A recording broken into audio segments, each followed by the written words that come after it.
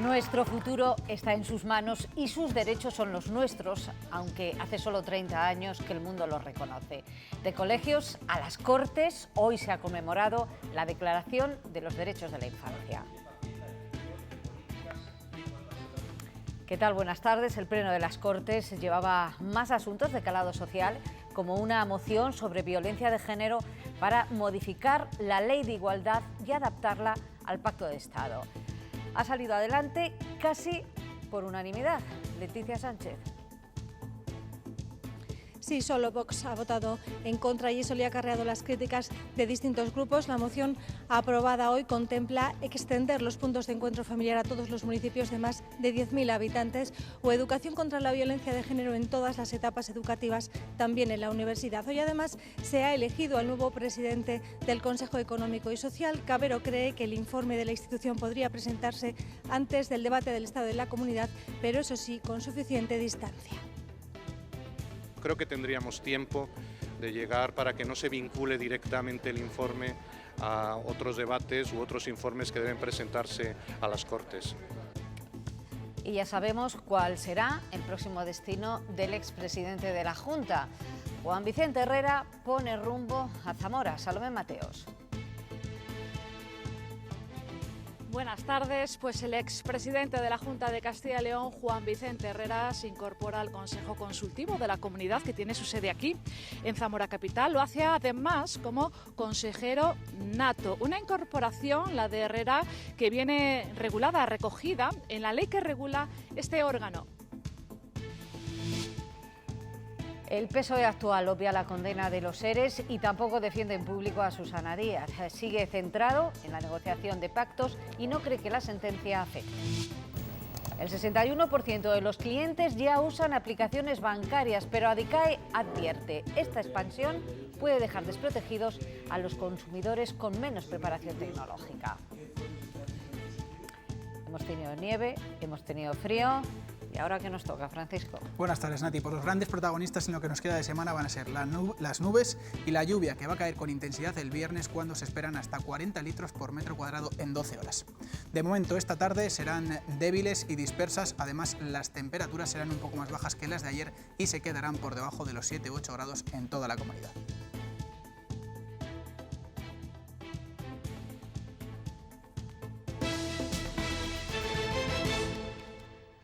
La primera parada de este informativo de miércoles nos lleva hasta Zamora, la sede del Consejo Consultivo de Castilla y León, y próximo destino institucional del expresidente de la Junta.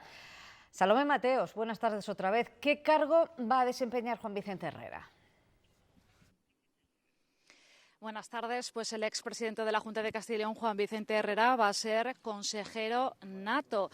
Hay que recordar que la ley que regula este órgano ya así lo recoge. Y también decir que otros expresidentes de la Junta de Castilla y León ya han sido miembros natos de este órgano, del Consejo Consultivo de la Comunidad. Es el caso del zamorano, por ejemplo, Demetrio Madrid.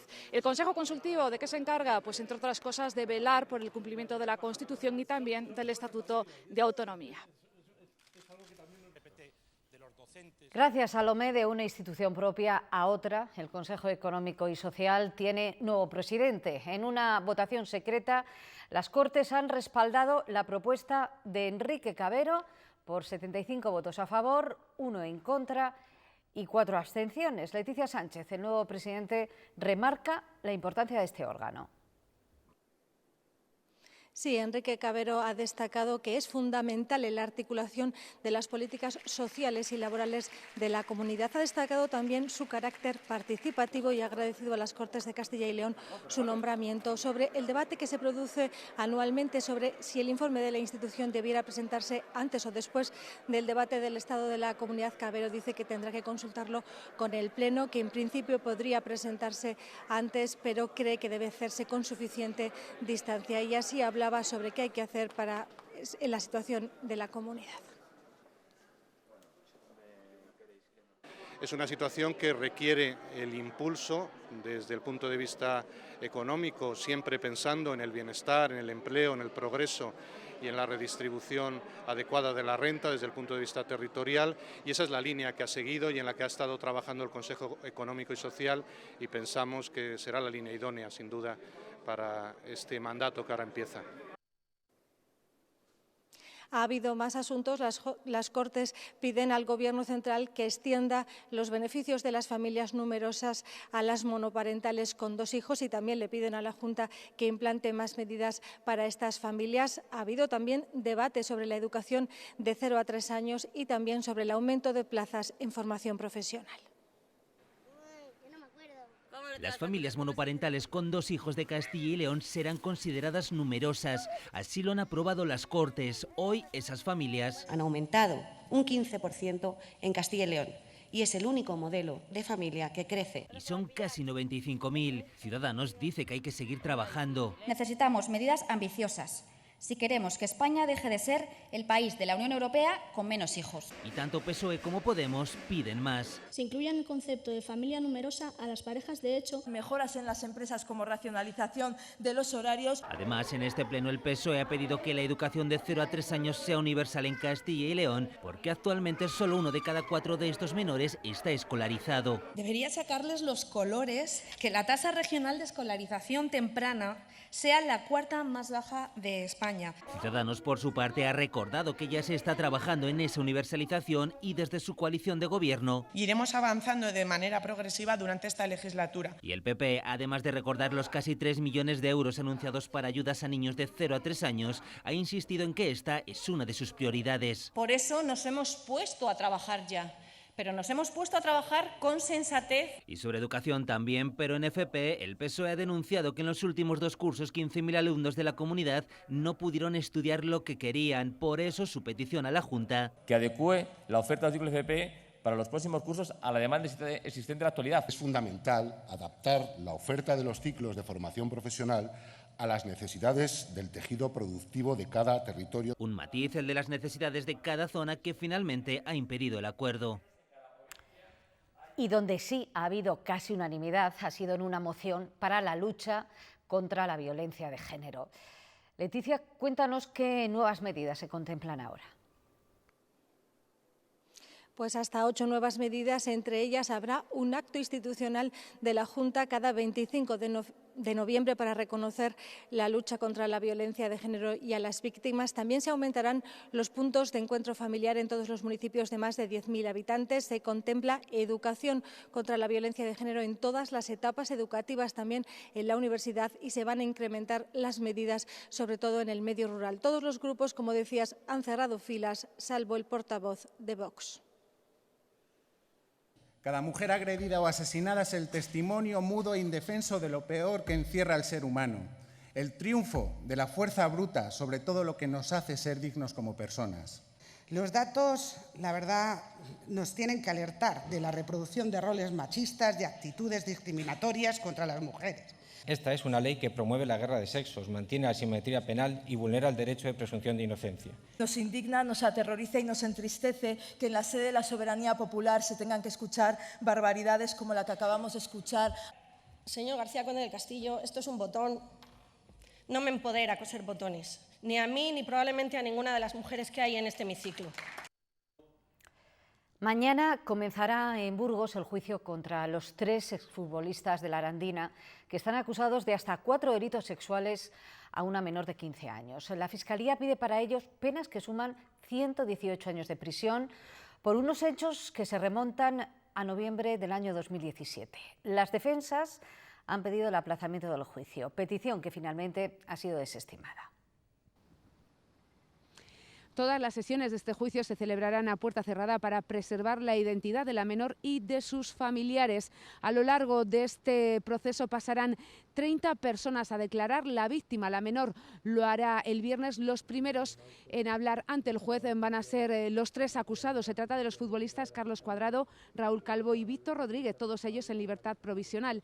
El Ministerio Fiscal pide para cada uno de ellos penas que oscilan entre los 39 y los 40 años de prisión por un delito contra la libertad sexual, otros 2 de agresión sexual a menor de 16 años y un 4º delito de agresión sexual a menor de 16. Durante este juicio se va a evitar también que se produzca cualquier tipo de contacto directo entre las partes.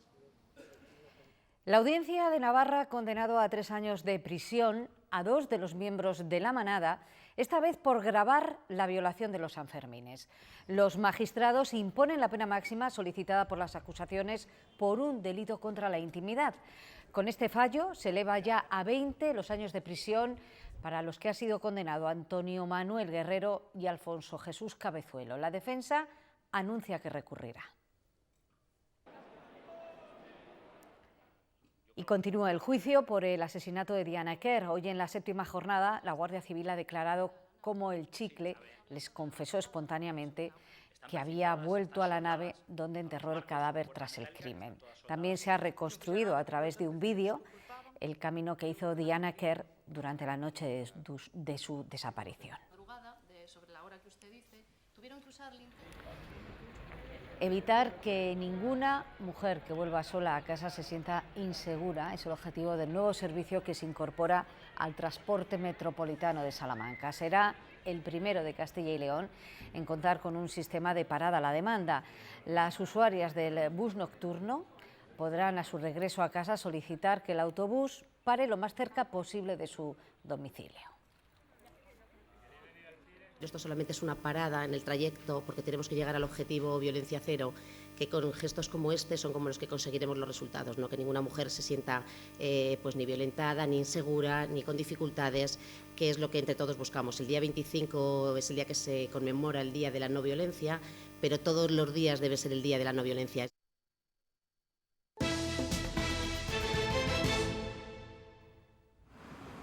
La Guardia Urbana de Barcelona desalojaba esta madrugada a los 70 jóvenes que permanecían acampados en la plaza de la Universidad desde el 31 de octubre. A primeras horas de la mañana, los servicios de limpieza se afanaban para eliminar los restos de estas protestas en este céntrico espacio de la ciudad.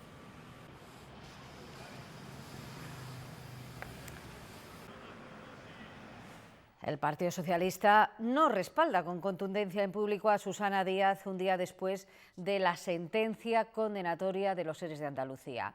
Dice que debe ser la militancia la que decida sobre su continuidad. Y mientras, la oposición critica que Pedro Sánchez aún no haya dado explicaciones tras este fallo judicial.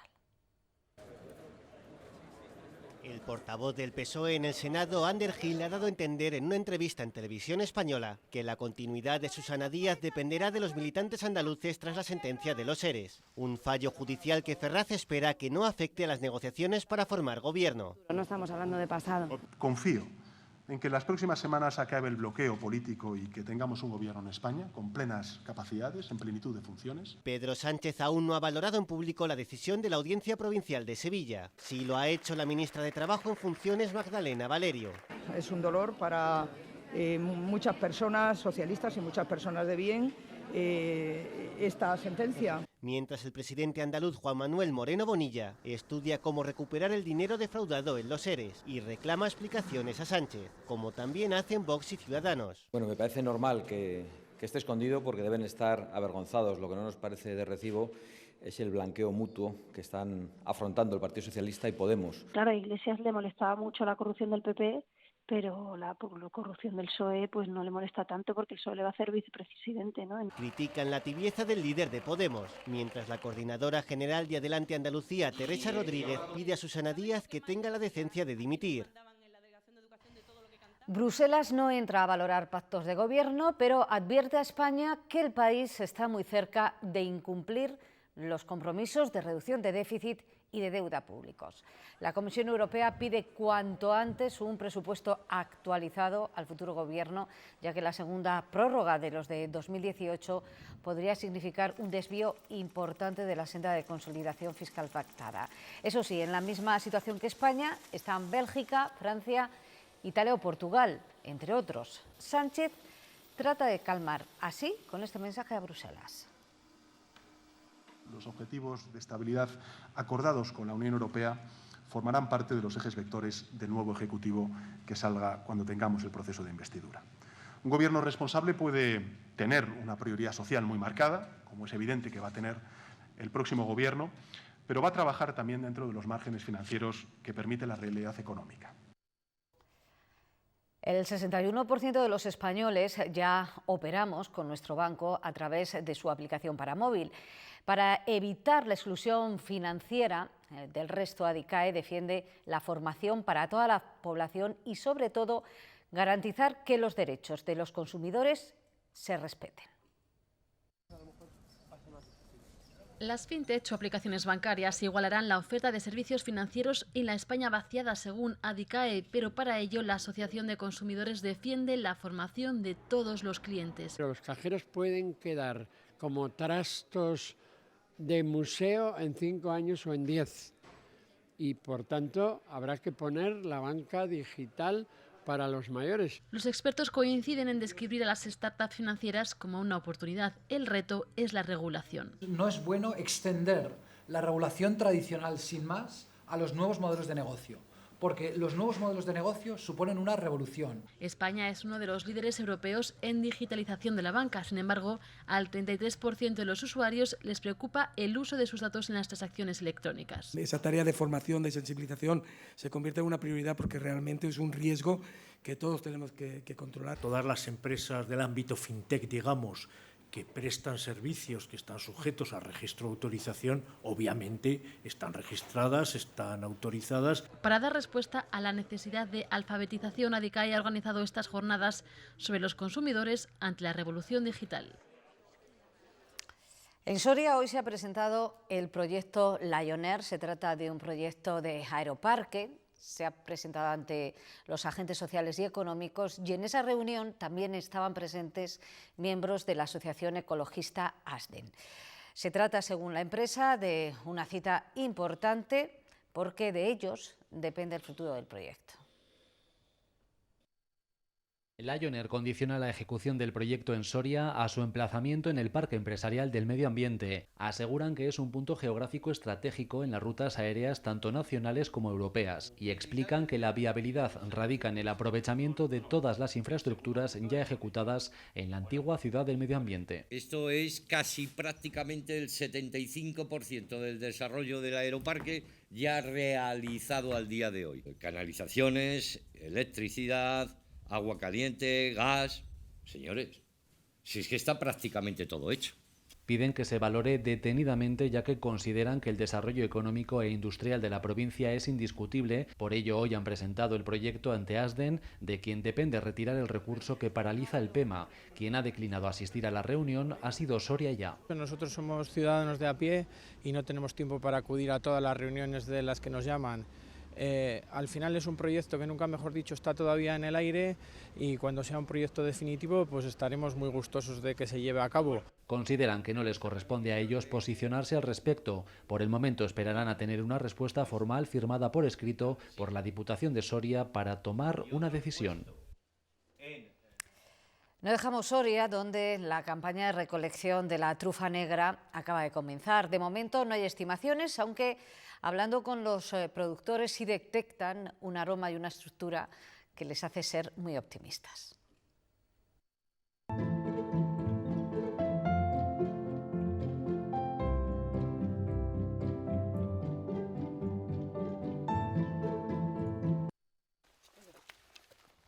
Con cerca de 1.700 hectáreas, Soria representa el 30% del cultivo de la trufa en España. La llegada adelantada del frío hace que las perspectivas para la campaña de recolección recién comenzada sean bastante buenas. Tenemos presagios de que va a ser una campaña buena, pero solo presagios. Vamos a ver cómo avanza y cómo evoluciona la campaña poco a poco. A mí lo que me da en la nariz es que va a ser una trufa muy buena, pero ya tiene un olor muy potente. La empresa Encitruf tiene en las cercanías de la capital parte de su explotación que abarca una veintena de hectáreas. Llevan casi 3 décadas con este cultivo, un trabajo de mucha dedicación y mimo donde el papel de los perros es fundamental para extraer el llamado oro negro de los bosques sorianos, como lo demuestra Isi. Isi. Aquí hay otra. Hemos encontrado 2 y esta, como puedes observar, está en su estado óptimo de maduración ya. La trufa es un sector muy importante en Soria que además está en alza y con mercado potencial en el extranjero. La trufa de Soria y en general la trufa de España se consume fuera de nuestras fronteras. Recién comenzados los trabajos es difícil aventurar cifras de producción. Dependiendo del tiempo y también de la naturaleza de cada finca, el rendimiento puede estar entre 15 y 40 kilos por hectárea. En Castilla y León hay 5.700 explotaciones apícolas. Eso supone prácticamente el 15% de todas las explotaciones que hay a nivel nacional. Profesionales que cada día tienen que hacer frente a numerosos problemas como la varroa, el clima o la bajada de los precios. Desde la Administración hay un ataque solapado para acabar con la apicultura en Salamanca, provincia en la que se encuentra más del 70% de las explotaciones de Castilla y León. Es la denuncia del coordinador de COAG, Aurelio Pérez, quien asegura que este sector está cada vez más desorganizado. Desde COAG se denuncia también que la producción baja cada vez más.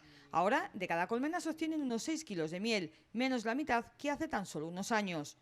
Entre los problemas a los que tiene que hacer frente el sector se le suma la importación de miel extranjera, que una vez en nuestro país se mezcla con la española y después se vende como tal. Nosotros queremos una metodología que aclare todas esas situaciones y nos diga si la miel es de jarabes, si no es de jarabes, o si se mezclan o no se mezclan. Y la miel pura que se produce en Salamanca no se utilice para que otros se lucren.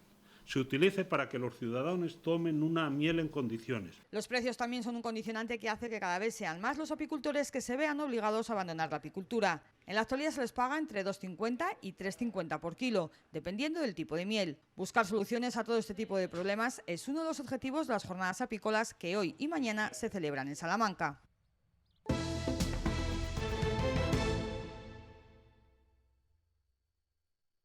Nos comprometemos a seguir construyendo y desarrollando la capacidad de la infancia, en particular de aquellos que viven situaciones más vulnerables, sin olvidar los que están afectados por crisis humanitarias o que proceden de las comunidades más desfavorecidas y marginadas, y a perseguir la igualdad de forma sostenida. Es la resolución en defensa de los derechos de la infancia que se leía esta mañana en las Cortes, pero ha habido actos conmemorativos de este Día Internacional en toda Castilla y León. En Palencia, los alumnos del Colegio Público Padre Claret también han leído un manifiesto. Los alumnos de sexto han hecho un llamamiento a las autoridades para que defiendan los principios de igualdad, identidad, protección o auxilio. Han recordado a aquellos niños que viven en otros países donde se vulneran sus derechos diariamente.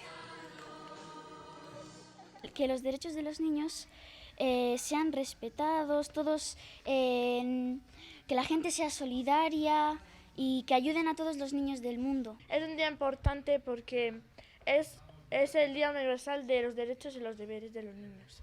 Pues tenemos que hablar porque, a ver, hablando es como nos entendemos, porque gritando vamos a conseguir lo mismo y molestando a los demás. Ella, Malala, es y ha sido una luchadora por la defensa de los derechos de las niñas en Pakistán. Su valentía la hizo merecedora del Premio Nobel de la Paz. No hay que irse a otros países para hablar de los derechos de la infancia. Aquí, en Castilla y León, son muchas las organizaciones que trabajan para mejorar la calidad de vida y el futuro de los más pequeños. El 25% de las familias con niños tienen dificultades cuando hay algún factor extra en el que tienen que gastar el dinero. Y eso lo que provoca es abandono escolar. Porque no hay hábitos en las familias y porque no hay hábitos en los jóvenes. Entonces, ¿en qué se produce la exclusión? No les interesa la escuela arreglada. Y al no estudiar, llegan las desigualdades. Son familias que han crecido bajo el no puedes o esto no es para ti, y trabajamos mucho sobre soñar alto. Desde el movimiento Scout trabajan para dar protagonismo a los jóvenes con un objetivo. Educar mediante el juego, mediante acciones para que el día de mañana sean ciudadanos críticos, responsables, con valores. Porque la participación infantil es uno de los derechos de la infancia del que queda mucho camino por recorrer. El Gobierno en funciones confía en que el próximo Parlamento apruebe la Ley para la Protección de la Infancia contra la Violencia, una norma que ya está lista. La ministra Carcedo ha recordado que muchos niños ni siquiera saben que están siendo víctimas de violencia y que solo trasciende 1 de cada 5 casos. La mitad de las víctimas de violencias contra la libertad sexual, un 48%, son menores de edad. La mitad de las notificaciones de sospecha de maltrato se producen en la familia y 4 de cada 10 menores perciben la escuela como un lugar inseguro. Esa es la realidad en la que viven nuestros niños. La fiscal de menores de Zamora considera inadmisible recurrir al ámbito penal para resolver los problemas de agresiones de alumnos a profesores que se puedan producir en el ámbito escolar. Es más, asegura que si en la familia se establecen unas normas y valores claros para estos menores conflictivos, la evolución de estos será más adecuada. Y podremos prevenir que dentro de la familia se inmiscuyan las instituciones públicas a través del sistema de protección o que conduzcamos a nuestros menores a un sistema de reforma. Casi la mitad de los jóvenes menores de 18 años reconoce haber jugado alguna vez a juegos de azar. El 6% de los usuarios de teléfono móvil lo utiliza para apostar. La juventud de los jugadores y el aumento del juego online preocupan. Lo que estamos viendo es que está aumentando los casos de jugadores patológicos y que nos está disminuyendo la edad de inicio en el juego y la edad de entrada en las asociaciones. A esto se suma la proliferación de casas de apuestas y salones de juego. La Federación Regional de Jugadores de Azar Rehabilitados pide una normativa más restrictiva para evitar la adicción. Tal y como está la ley ahora, en Castilla y León es 300 metros entre el mismo tipo de negocio, con lo cual podemos pegar un bingo, un casino y una sala de apuestas pared con pared y cumplen la normativa. Lo que queremos es que eso se ponga a 1000 metros cada uno. Una adicción, la del juego, que suele ir de la mano del consumo de alcohol y otras sustancias. En el momento que juegas, y si bebes normalmente juegas más, y si bebes te tiende también a jugar. Según los datos, en Castilla y León podría haber unas 3.200 personas con problemas de adicción a los juegos de azar, un sector que facturó el pasado año a nivel nacional cerca de 8.300 millones de euros. Nuevo juicio en Valladolid en el que los detenidos han reconocido su implicación y han pactado las penas con la Fiscalía. En la sesión de hoy solo se ha notificado la sentencia a 11 acusados. Todos ellos fueron detenidos en diciembre de 2017 dentro de la operación Incocable. Se les incautó droga por un valor superior al $500.000 de euros. Más de 50 años de prisión y multas en algunos casos millonarias para algunos de los 11 acusados que hoy han firmado, han pactado una conformidad a última hora con el Ministerio Fiscal. Esto les ha permitido asimismo obtener una rebaja sustancial en las penas, pues en un principio se les solicitaban más de 87 años en prisión en conjunto y algunas multas que en el caso de uno de ellos superaban los 750.000 euros. Todos fueron detenidos en diciembre de 2017 dentro de una operación que se desarrolló conjuntamente en varias provincias. Se les incautó droga por valor de más de $500.000 de euros. La droga la plantaban en diversas fincas de la provincia de Valladolid y de Zamora. Compraban productos en Wallapop y timaban al vendedor realizando una transferencia falsa. La Policía Nacional y la Guardia Civil ha desmantelado una red nigeriana de estafadores. Han detenido a 7 personas, 4 en Valladolid y 2 en León, aunque tienen víctimas en toda España. Hay 46 denuncias en distintos puntos del país. Estafaron más de 47.000 euros.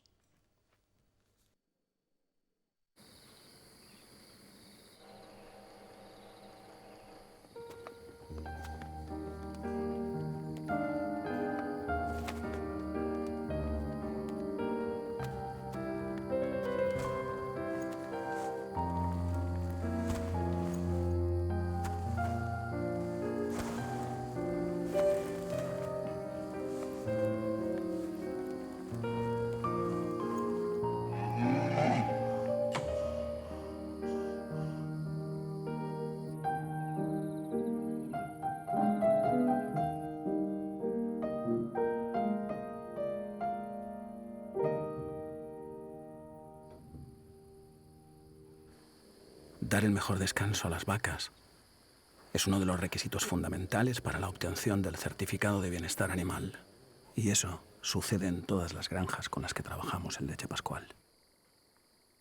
Porque cuanto mejor esté la vaca, mejor será la leche. Leche Pascual de Bienestar Animal. Dar lo mejor.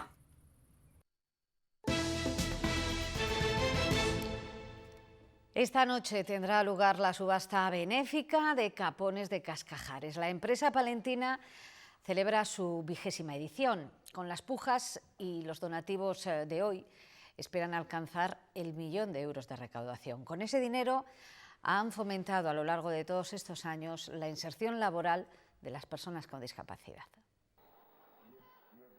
Los capones y la solidaridad se unieron hace ya 20 años en la primera subasta de Cascajares. Un día 15 de diciembre, que hacía grados bajo cero, pero cogimos nuestros 10 mejores capones criados en ese año, 2000, y les subastamos a golpe de martillo. Recaudaron 1.000 euros. Desde entonces seleccionan los mejores ejemplares para el evento solidario. A las 3. Así, año tras año, puja tras puja, han recaudado 1 millón de euros. A base de trabajar y de mucha ilusión por parte de todo el equipo de Cascajares, pues hoy en día es una fiesta anual que está enmarcada en el calendario en noviembre y que es un poco el inicio de las Navidades. La subasta es el germen de la Fundación Cascajares. Gracias a donativos de empresas y particulares, fomenta la inserción laboral de personas con discapacidad. Que integremos en el mundo laboral a estos chicos que no tienen discapacidad, son capacidades diferentes, pero que, como nosotros hemos comprobado en Cascajares, muchas veces son incluso mejores trabajadores. Capones y pavos criados en libertad se convierten cada año en oportunidades. Luis trabaja en Cascajares desde el año 2003. El 20% de los empleados son personas con discapacidad. A encontrar una oportunidad, empezar a trabajar, empezar a sentirme valorado, empecé a ver que mi trabajo contaba, que aprendía, que cada día nos esforzábamos más, sacábamos todo adelante. La Fundación Prodis repite en esta edición como beneficiaria. Tiene un programa de empleo con apoyo para jóvenes con discapacidad. Están ayudando a afrontar pues, todo el relacionado con el mundo laboral. Soy una más de la sociedad y soy, digamos, menos diferente al resto. El dinero recaudado ha ayudado también a la Fundación Aladina y a proyectos de investigación contra el cáncer. Pude quedarme en el hospital clínico un poco más de tiempo, pude especializarme y formarme en la leucemia linfática crónica e investigar sobre los mecanismos de esta enfermedad. Todas estas iniciativas tienen un componente común. Se crean gracias a la solidaridad. 7 conferencias mostrarán las diferentes maneras de aproximarse a la historia desde la escritura. La próxima semana se desarrollará en Burgos, en el Teatro Principal, la 3ª edición de los Encuentros Literarios Históricos. Unas intervenciones en las que estarán presentes escritores relevantes como José Calvo Pollato, José Enrique Ruiz Domenech o Antonio Pérez Henares, entre otros. Desde casi actualidad hasta momentos históricos relacionados con la ciudad, hasta otra vez vuelve a haber un autor gráfico que nos ilustra pues, sobre la época de la Guerra Civil en este caso, pero que es otra manera de llegar a la historia. Bueno, hay un historiador, hay alguien que se dedica a la memoria. Nos vamos a ir con una exposición, la de Juan Pablo Sánchez, que expone hasta el próximo 12 de enero en el Palacio Quintanar de Segovia. Obra reciente, ese es el título de una muestra con más de 200 piezas que conforman una antología del artista. Con ella nos vamos. Adiós.